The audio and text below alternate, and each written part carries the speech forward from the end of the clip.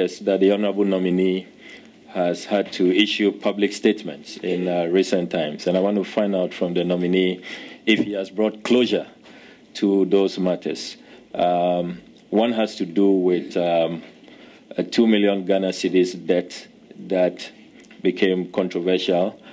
In your capacity as fundraiser for the MPP, you issued a public statement that you should be held personally liable and that you will pay, and that the party should be left out of it. And that was at the time when some party executives thought that you had usurped their authority. So as finance minister, if given the nod, the good people of this country will want to be assured that you don't have any liabilities and that our taxes will be safe. The second one. Sorry, that's all. You should withdraw three statements, 3 questions. No, I said no. It's two. No, it's the same question I'm asking. He's issued 2 public statements. One on the personal debt of 2 million to Prudential Bank. Mm-hmm. Then the second statement has to do. The second statement has to do with a press statement he issued on the Obotan case, the SNAIT Obotan project, and I have the SFO report here. Mr. Chairman, I can tender it in evidence. I just want to know if closure has been brought to these 2 issues. Thank you, Mr. Chairman.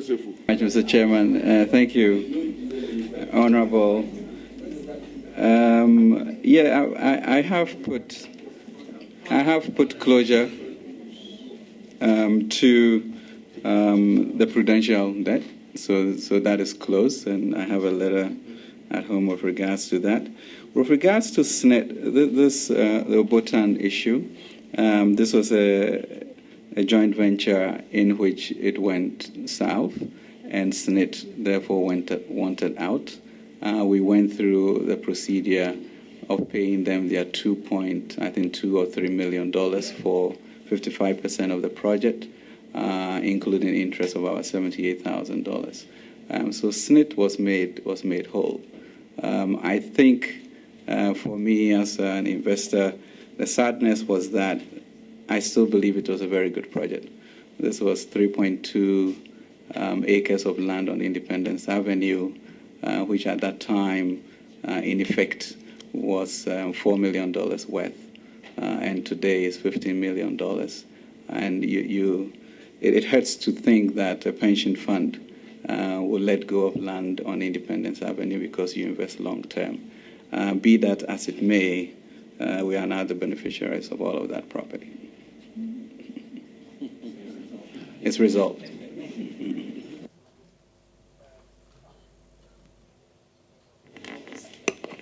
Thank you, Mr. Chairman. Honourable Minister Designate, you are a shareholder in DataBank Financial Services, and you have clearly indicated that on your CV.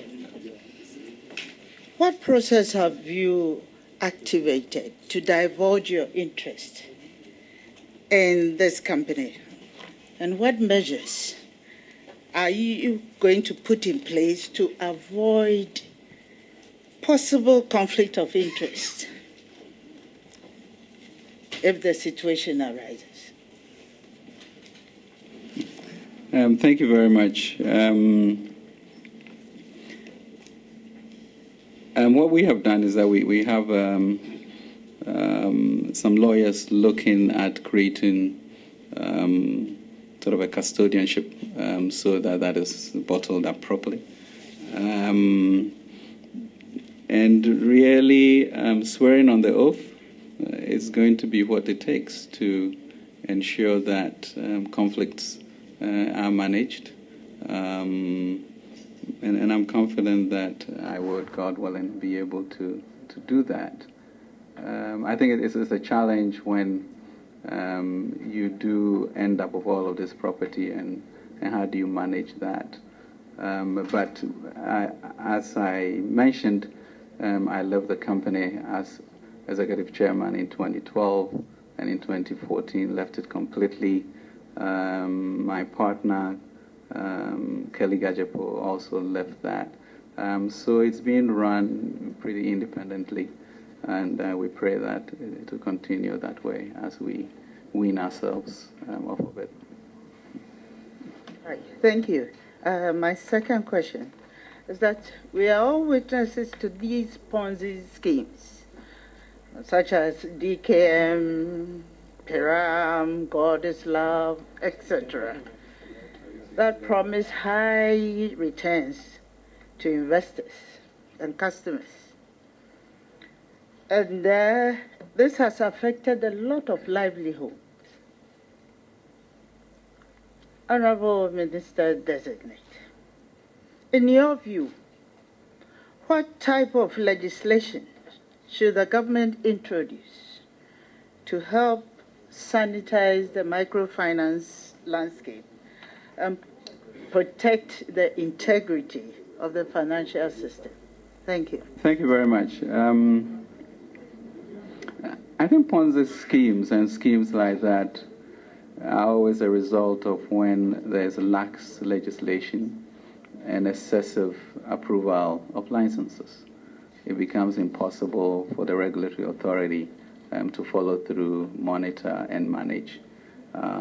So I think we have enough rules to be able to do that if we don't let the horses out of the barn. And so, yes, and then further, of course, in the event of these things happening, which they happen, but not to the degree that is occurring, will be a deposit insurance, which will then lead to at least an assurance that some money will be got. And also because we are then regulating it properly and we have that insurance, I suspect we sort of have skin in the game and we are not going to be looking to pay out. So the central bank would need, in a sense, to strengthen the supervisory unit of these places. But clearly, there are too many licenses out there.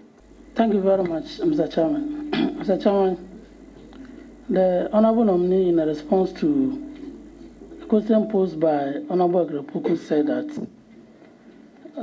he's aware about the deregulation concept, and that under the deregulation concept, prices of fuel is determined by the market forces. If he knew about this, why did he say that fuel prices were not going to be increased? Because 4 days after he had said that fuel prices were increased. Why did he say that to Ghanaians? If he knew that he was not going to have hand in any role in determining fuel prices. Honorable Member, if you listen to his answer, he gave the reason. And that he said the legacy debt. So if he manages the legacy debt, this will not arise, unless that is not sufficient for you. What is this? No. Mr. Chairman, I haven't mentioned anything about legacy debt. No. I am saying that the nominee is aware that under deregulation, he will not have any hand in determining prices of fuel. But he said to all Ghanaians that prices of fuel were not going to be increased. I want to find out from him, if he knew that fuel prices were not going to be increased, why did he give that assurance or misinform Ghanaians that fuel prices were not going to be increased? Mr. Chairman, thank you very much.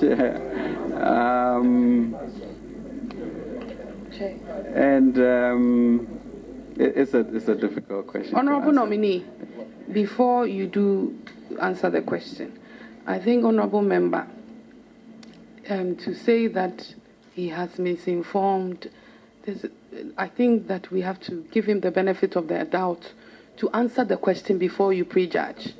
So to say that he has misinformed, I think it's a bit unfair on his part. He hasn't, because he's supposed to give you an answer to your question. You don't conclude before you give the, I was about to say witness, before you give the nominee an opportunity. So when we are asking questions, we should be guided by our statements and make some, let's give ourselves a bit of respect, please. So, Honorable Nominee, you can go ahead, but in further asking questions, let's not use those harsh, even before the person is given an opportunity to be heard. I've ruled that the nominee answers the question, so that matter should lie. Please do answer. Thank you very much. And really, I guess the import, obviously, I need to remember where I said that statement anyway. But the import really comes back to my understanding of the state of the BDCs at that time, which in a sense, the legacy issues would influence pricing. So maybe I misstated it, but that would influence pricing. And if one is able to ring fence that, then the market will take care of it. Thank you very much. My second question is, in the MPP manifesto,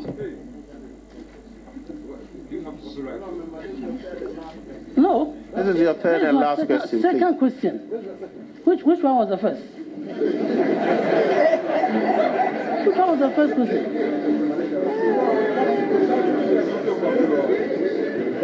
Again, question.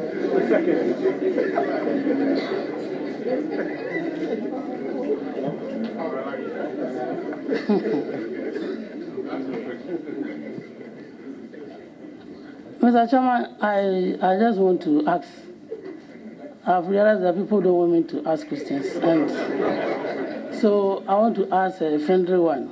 I want to find out from the nominee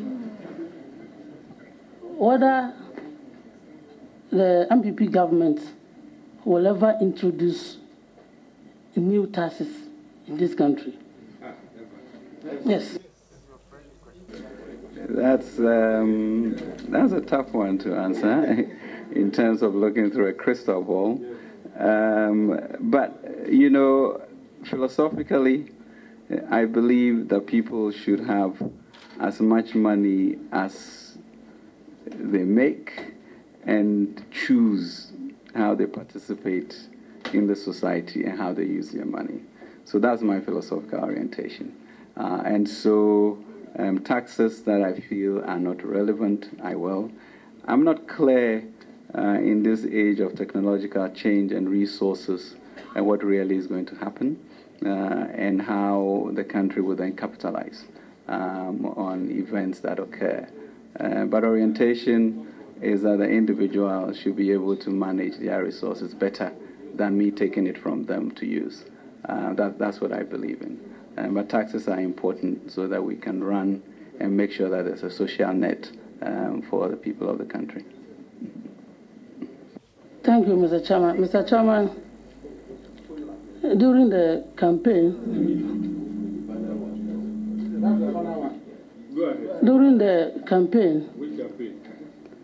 of 2016, the MPP promised to reduce tax when they assume office.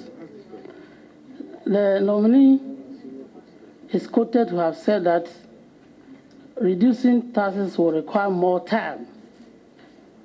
I want to find out from him, what is the time frame Ghanaians should look for with regards to reducing taxes based on the promises they made? Chairman, but I'd like to assure the honourable member that we are going to have quite a bit of it in the first tax that the President submits to Parliament, budget that the President submits to Parliament. The party has been in power before, and when we reduced taxes from 32 to 25, we saw literally 1,000-fold increase at the end of the period. So it's not something that I think we are shy of. It might create some initial shakes, but even that given the type of leakages that we see, and in a sense, what my senior minister designate said, broadening the tax base, we should be able to cover that. But I can assure you that there will be a huge attempt to fulfill those promises in the first budget that the president submits. Last one.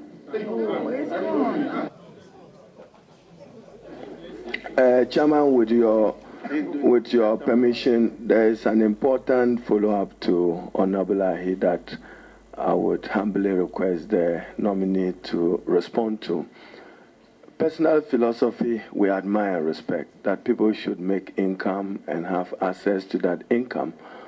Having been trained in America, I'm told that in America 2 things are certain: death and taxation.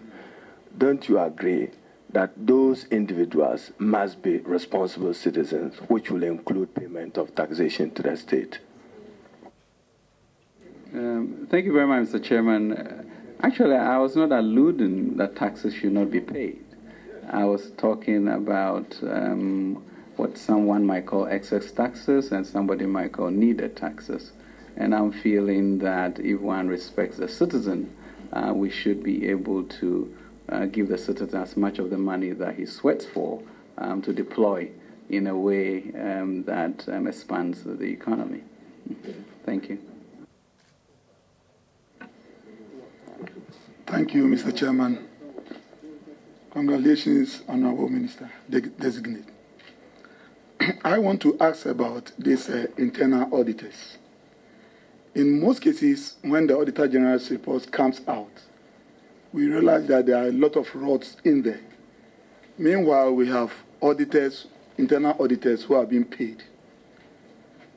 So what measures are you going to put in place such that such internal auditors, when issues of that nature happens, and they are wrought in the departments and agencies and the ministries, we look at for their opinions and look for the punitive actions that will be meted out to them, since they are being paid from the public purse? Mr. Chairman, I think the protection of the public purse is key to how we can reboot this economy. The internal auditors are mostly reassigned from Comptroller General's office, and I suspect that they stay there too long and that they then get conflicted in the work they do. But fortunately also with the PMFA, there are clear consequences now for these actions, and I will begin to be very serious about them. So the challenge now for the Ministry of Finance is now building the capacity to make sure that these quarterly reports that we require come through, and that we have a system of monitoring, that we really are protecting the public purse. And all of that will lead to a certain discipline that we sorely need in our system. My second question. We have a lot of traffic, especially in the peak season, that's in the morning and the evenings. And this is caused by the toll booths. Mostly you get to, let's say, the Kaswa Road, and you know the traffic is because of the toll booths. Mr. Minister, will you consider as an option to look at for spreading the tax on DVLA such that our toll booths will be opened, and then the tax, the toll collection point will be put on all vehicles instead of causing traffic, so to speak? What will be your position on that? Well, I guess the challenge really in the end is how efficiently can we collect revenue to pay for these roads, and whether it is by toll booth or whether it is through DVLA, we have to examine that. But it has to be per usage.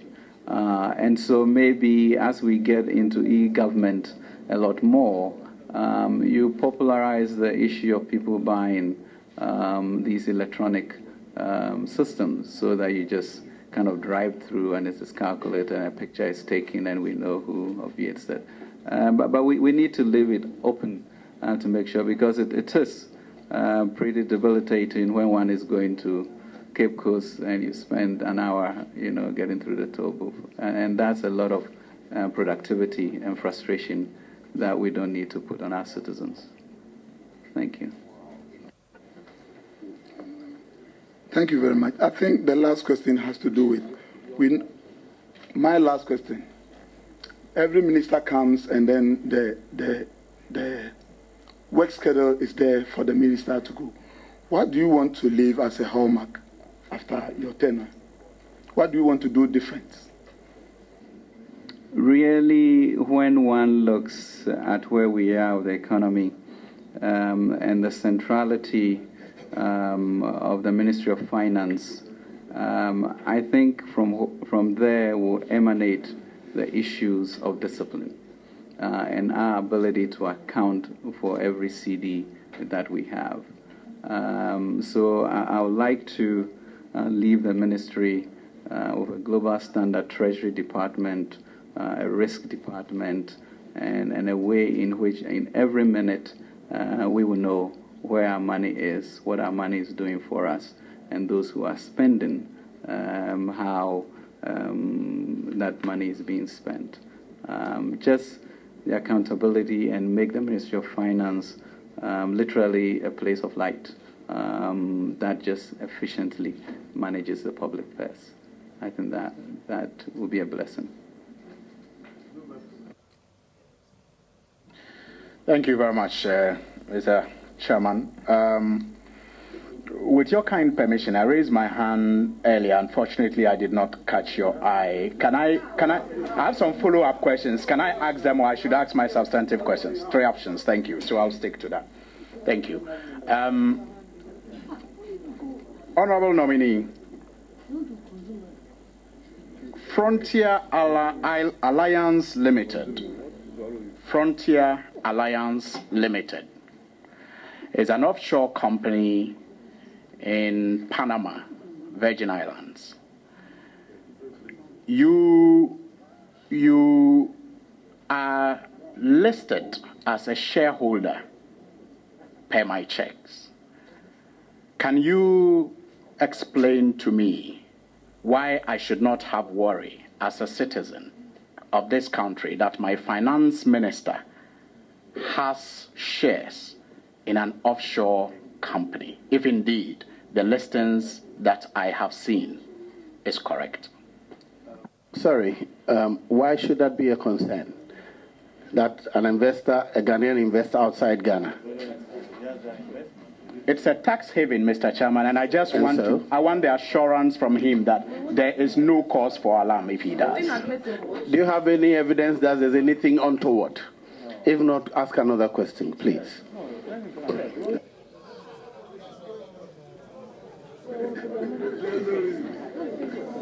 Well, we all have followed the international media on offshore accounts and how Honorable member, it was pointed. Honorable member, can I have the chairman has ruled on the matter. I am not asking a question. So go ahead and ask your question. Thank you. Don't prefix it with a reply to the chair. I wasn't replying to the chair. So just go on to your I just wanted to make it clear that my question is relevant per my understanding because of the fact that we have... The chairman has ruled on the matter. So you move on to your question. You move on to your next question.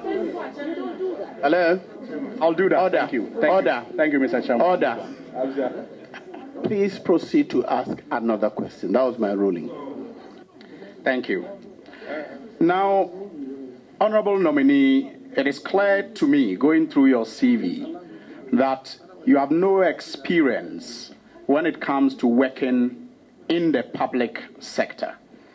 And so it will not be far from the truth if I say that you may not appreciate the inflexibilities in public spending vis-a-vis government constant rising costs. The president has appointed, in fact, has made promises and gone ahead to appoint a minister in charge of regional reorganization.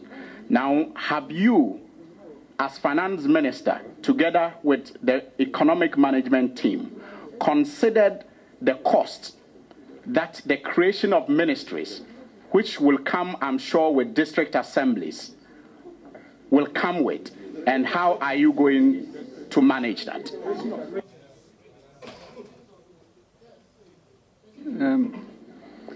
Great. Thank you very much, Mr. Chairman. I mean, the issue, the challenge for a president is for him to determine in his vision how to transform the country, and that comes with cost. And that also will be determined by, we are not a poor country, okay? And so for me, if anything, there are sociological reasons and there are political reasons why certain things are done, and that is just the nature of the business that I have now joined. My responsibility is to find the resources and make that addition revenue enhancing or creating more unity in our country. So the things we have to do, and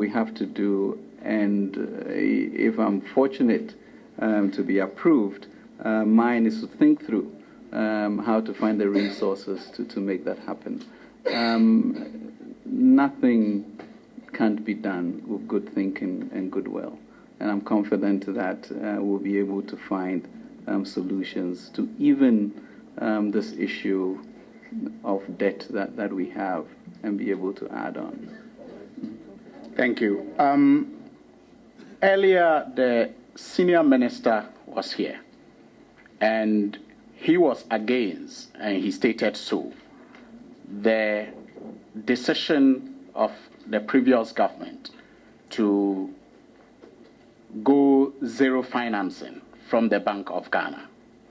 Now, in view of these bills that I have already talked about, will you be printing more bills to pay the rising costs that we know will come? Will you be printing bills, that is from the Bank of Ghana, like we say, zero financing? Will you be printing to pay the rising cost that we know will come? Okay, so the issue is what? Zero financing for one? Are you for it or not? No. I take the view that as a sovereign country, we need more flexibility, and we should choose to do it when we want to. And the last read I had, it was up to 5%, which means that zero is in there. So that is not problematic to me. And really, I guess if you are an IMF and you see a certain ballooning of financing, your reflex is to say, make it zero. If I can give you confidence to know that I'll be disciplined in the things that I intend to do, maybe that will not be required for us to do. And I think we've all sort of learned a lot these 8 years as to what happens when we are not vigilant, just as nationals of this country. And so I hope to truly work with Parliament to see how we can restrain this so that we don't make poverty endemic in our society. Thank you. Before my final question, I'm not too comfortable with the way. Yes, before I'm just saying I'm not too. Just a comment. I'm not too comfortable with the way the Ghana flag is pinned to your packet. It turns the colors in a way that I'm not too comfortable with. If you could just put it well. Thank you. Thank you. Okay. I suspect I'm proud of my country, and I think that it should be reflected. I think now the final question. Thank you. That's good. Isn't that beautiful? Now, you in answer to a question that was asked. Can I continue, Mr. Chairman? In answer to a question that was asked earlier to you about a reported indebtedness to Prudential Bank, you stated that you have brought closure to the matter. Closure meaning what? You have paid the 2 million, I'm sure, plus interest to Prudential Bank, and when did you do that? Mr. Chairman, it has been fully paid. I don't quite recall the date, but certainly it was in December, and that has been done. I'll just ask a few questions and then I'll leave you to be. Okay. If you pay regard to the highlights of our manifesto, the page number 3, we talk about the total debt of this country. And Mr. Chairman, with your permission, I'd like to quote.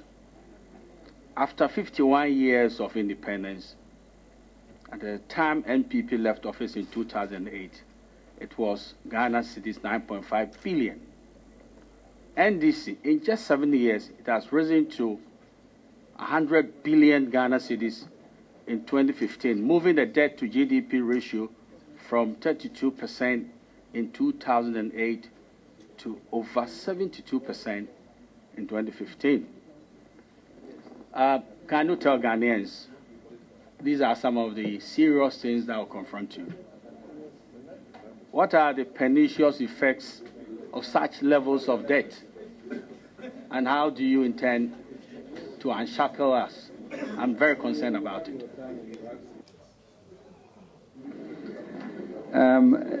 Thank you very much. Mr. Chairman, I mean, it's certainly a debt overhang, and we are high risk of distress, as they call it. And it's really a very delicate balance that we have to walk, because we do need to recognize that debt so that we are all aware of where we're going, but certainly not talk ourselves down to the point where this will spiral into something we don't want.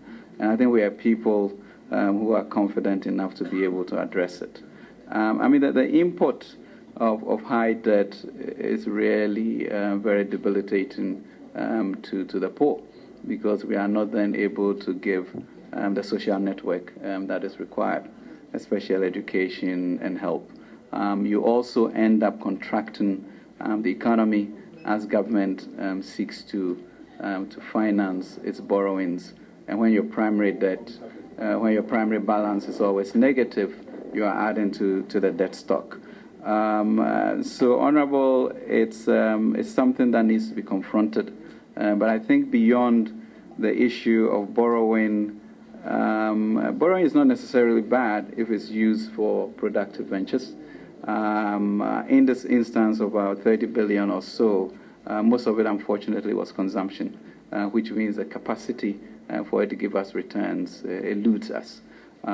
So we need to find a way to ring fence that, to give us the fiscal space to be able to do that.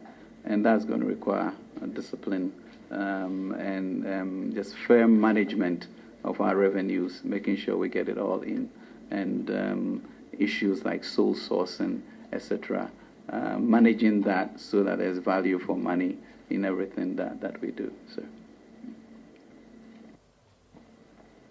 in the 2011 State of the Nation address, Professor Evans Tamils of blessed memory said he was interested in the integrated aluminium industry, and that was the end of it.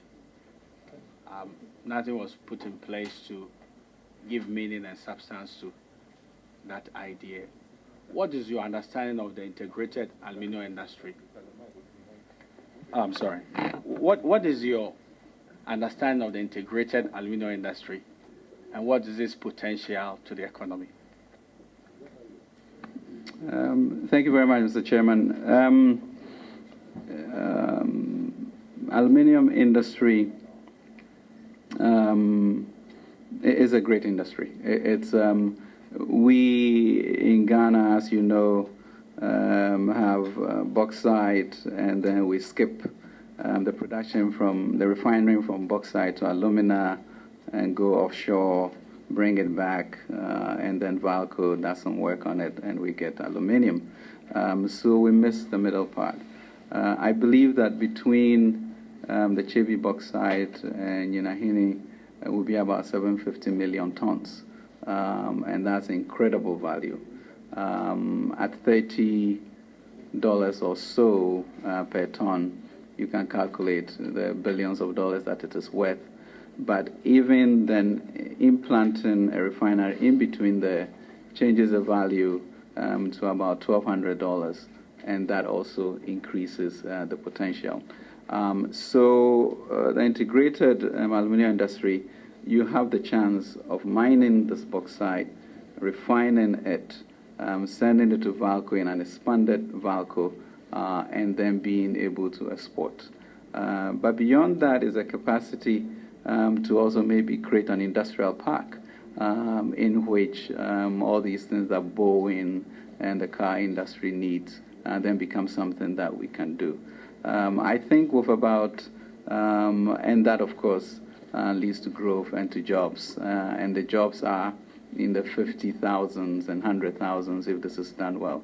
My suspicion is that I know there was a bill that maybe never went through, but that bill we should look at bringing it through Parliament, and we can get international partners to team up with us.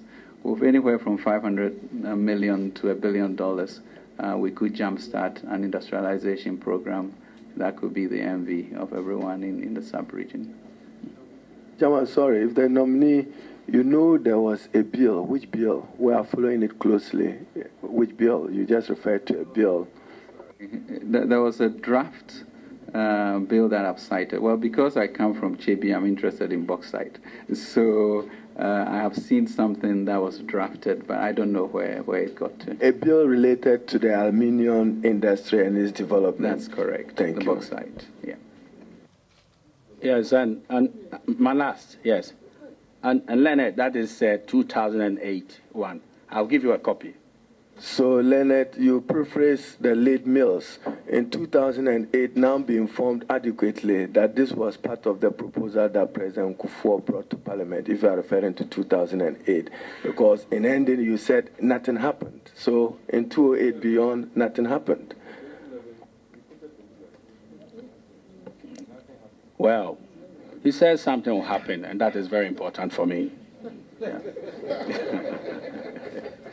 Yes, Uncle Ken, I am not an economist, but there is always the agreement that there's a connectedness regarding the interest rate, the value of the currency, and inflation. We had this unusual phenomenon in which the NDC government was talking about a single-digit inflation, but it didn't reflect positively on interest rate and the value of the cedi. What accounted for this abnormal situation, and what is it that you are going to do seriously about interest rates, because it's hurting a lot of people and corporate setups? Thank you very much. Yes, there seems to have been a disconnect between an avowed single-digit inflation and then the direction of interest rates and the currency. But then I recall that there was also a bit of challenge with statistical services as to what the true number was. And so my suspicion is that the number was different, and therefore when it was corrected, they aligned with the old equation that we see. If we continue to spend more than we earn, we will continue to have this pear-shaped economy. So the challenge then is, how do we restrain our expenditure? How do we ensure that the revenue comes in and how do we also ensure that we get value for money. All in protecting the public purse. We will stop sucking money out of the system and making it difficult for private sector to expand. Once interest rates go down, you begin to see an economy that is more stable and therefore expanded enough for private sector to take its role. And we are committed to getting that done. So. Congratulations, Honorable Minister-designate. My question is really a follow-up on the question on the prudential loan asked by Honorable Okujeto and also Honorable Suhini. Is it really true that in securing this loan, you secretly used NPP official letterhead and signed as the chairman of the party? I'm asking this because it is important for you to clear the air. It is important for you to clear the air as you are going to take care of our public purse. It is bordering on impropriety on your part. So you may use this opportunity to clear yourself. Honorable Member, the conclusion of impropriety is most unacceptable. I withdraw that word, but I would like to know. I would like to know, and I would also please that we give him the opportunity to clear his name now. Thank you. That's my. Thank you very much. No, we didn't. I did not sign as the chairman of the party, and yes, I went for the loan and guaranteed that I'll pay for it.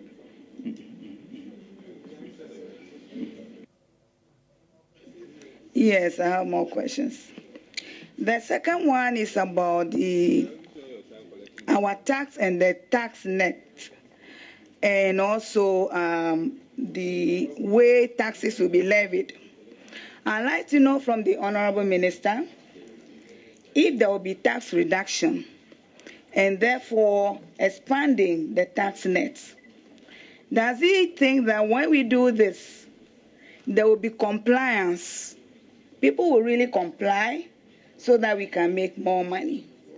I'm saying this because sometimes when we reduce fuel prices, drivers still maintain the old prices, which means that reduction in taxes does not automatically translate into compliance. I'd like to have your views on that. Thank you very much, Mr. Chairman. Thank you. I think really for us, yes, you will broaden the tax base for sure. I mean, research indicates that more people then fall in the net. But I think excessive taxes ends up leading to criminalizing citizens because there's an urge to evade taxes, so that even good people begin to find ways to eliminate. And that's not what a society should do to its people. On a historical basis, we did reduce taxes from 32 to 25%, and the result was an increase in taxes. So we have that as a point of reference. I mean, the various tax increases we have experienced these past few years, we still have a shortfall of some 700 million cedis. So you can see how an increase does not necessarily result in increased revenue. And we believe that reducing that may create a little bit of breathing room for both families and the poor, which will be helpful to us. Thank you. So, Chair, I want the Honorable Minister-designate to avert his mind to things going on in this handing over transition period by certain state institutions. You mentioned SNET. And on 13th January, SNET issued a circular selling, probably 17th January, it's 13th, selling property in cantonments in a certain dubious way. I don't know if it's come to your notice.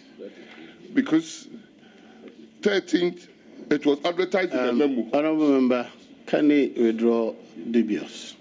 Oh, dubious withdrawn. Okay, go ahead. As for dubious, we can withdraw it. What is your problem? We shady, is it? Yes, it's shady. It's not. Okay. It's negative. Which one do you want? Secretive. Oh, he says. Which one do you want? Selling 1, 2, 3, 4, 5, 6, 7, 8 properties all around cantonments. Guest house, house number 58, executive guest house at Northridge. House number 58, executive residence at Northridge. House number 17, cantonments management residence. And out of that, about 8 are cantonments management where managers live. 13th. I don't know if transition team came across this. And if you didn't, what are you going to do about investigating this matter? Mr. Chairman, thank you very much. Thank you very much for this.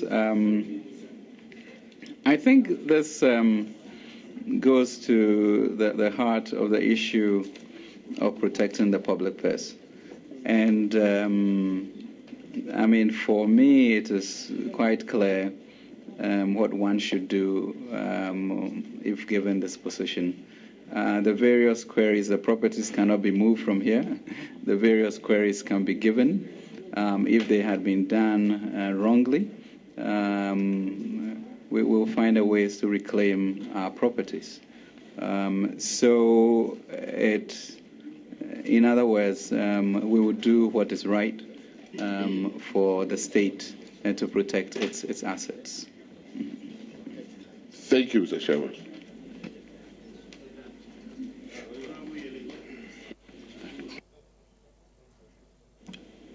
So somebody suggesting that I have no question, but I have.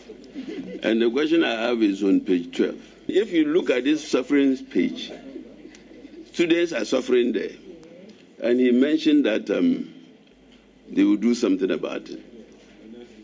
Now, what are you going to do about students who are not in Ghana, but are on Ghana government scholarships, whose stipends have not been paid for some time now? Immediately, because this one is something that you can measure. If students are suffering and you transmit the thing, what are you going to do about those students? That is immediately.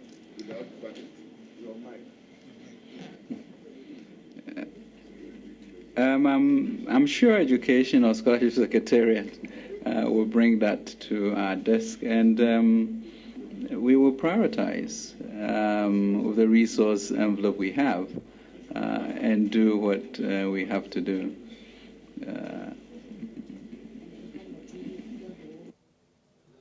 Has he finished? Is that the answer?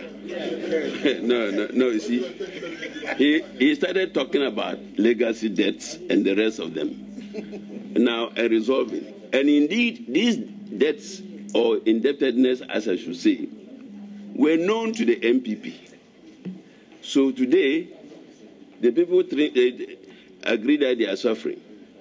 So they have voted for you.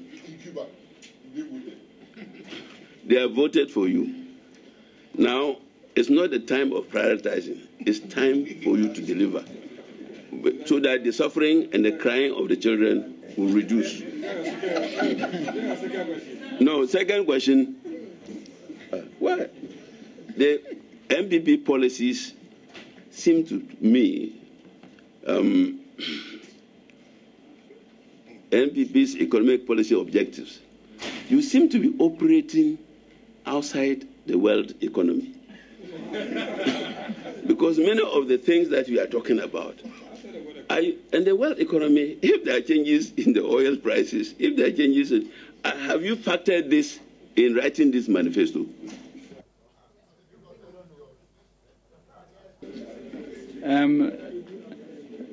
Mr. Chairman, thank you very much. I'm trying to turn my head around the question, so I think the manifesto is very realistic and is doable, and so I hazard to wonder what to say.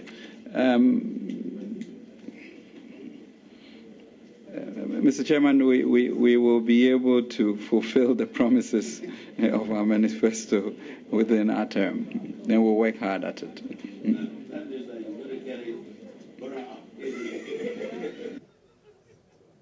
Bottom-up approach is what we have to use to deal with this issue. My final question has to do with your claim or attempt to restore macroeconomic stability.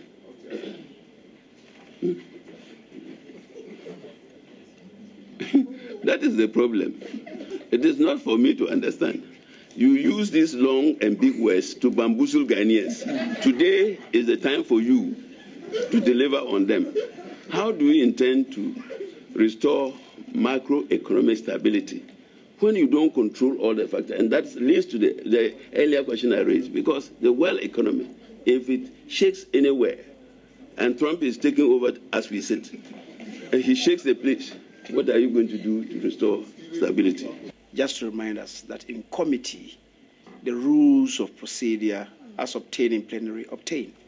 And indeed, as you do know, our orders provide in Order 67 that the question shall not contain any arguments, expressions of opinion, inferences, imputations, epithets or controversial, ironical, or offensive expressions, or hypothetical cases. Just to plead with colleagues that please let's address our minds to these matters before we proceed. Chairman, as much as we do, where was the majority leader when Napo, even at your pleasure? You're out of order, Honorable Minority Leader. What is Please good answer for the the goose question. must be good for the gander. Honorable Matthew Poku Prempe, thank you.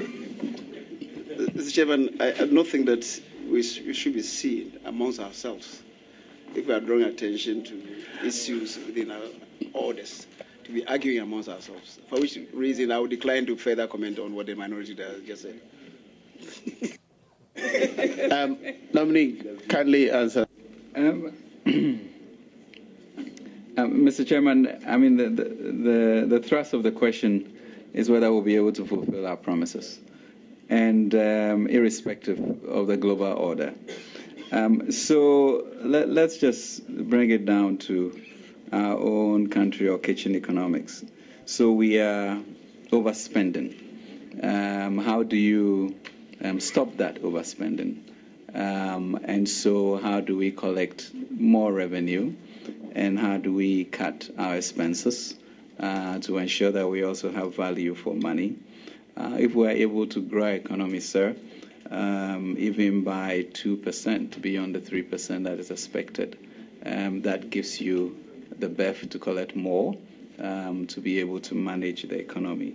And then if we look at some engineering or structuring of our debt such that we elongate the tenor, that immediately gives us space to be able to support these activities that we have spoken about.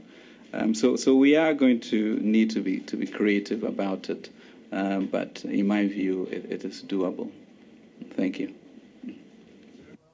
Majority Leader wants to ask one question, then I'll come to Esla, Honorable Esla Ekufu. I exit the office. Well, more than 2 minutes, actually. The Chairman, the nominee has spoken eloquently about